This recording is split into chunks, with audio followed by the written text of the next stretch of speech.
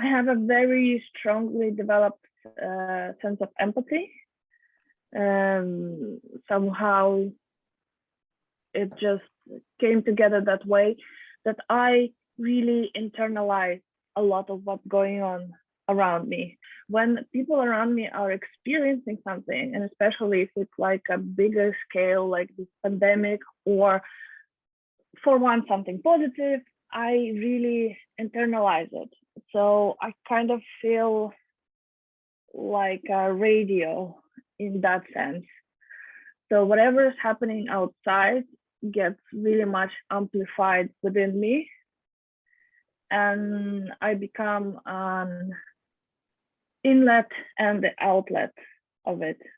But I try to approach everything that I do as a point of self-care, because in my artistic journey and my journey as a person, I realized that every inch of freedom comes at a tremendous cost, because we have so many norms and other artificial things internalized, that we keep restricting ourselves and we keep being really tough and violent on ourselves without there being actually any good reason for that.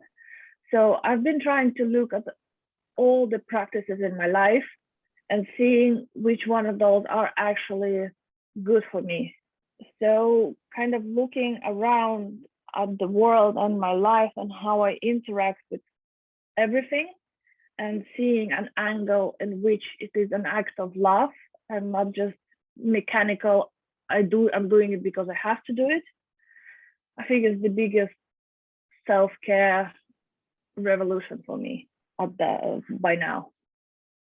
I think I was like 5 years old or something, and I was visiting a friend of my dad's with my dad, and I heard the Doors playing for the first time.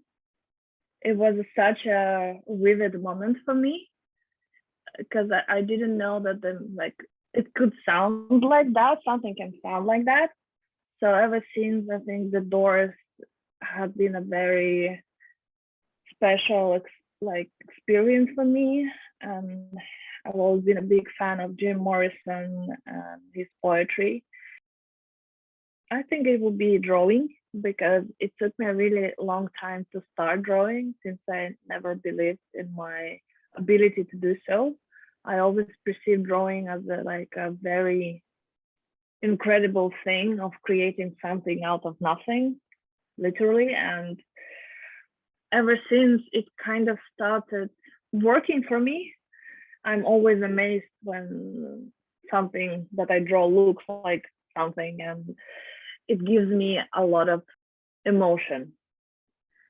I think what I would like to change is to have it more open for artists of all kinds of backgrounds, because there's a lot of nepotism in the industry and creative industries in general. I think it's really hard to get in from the outside, and people who are on the inside, it's usually friends of the friends of the friends, or friends of the family. And there is a lot of points where they discriminate people and artists.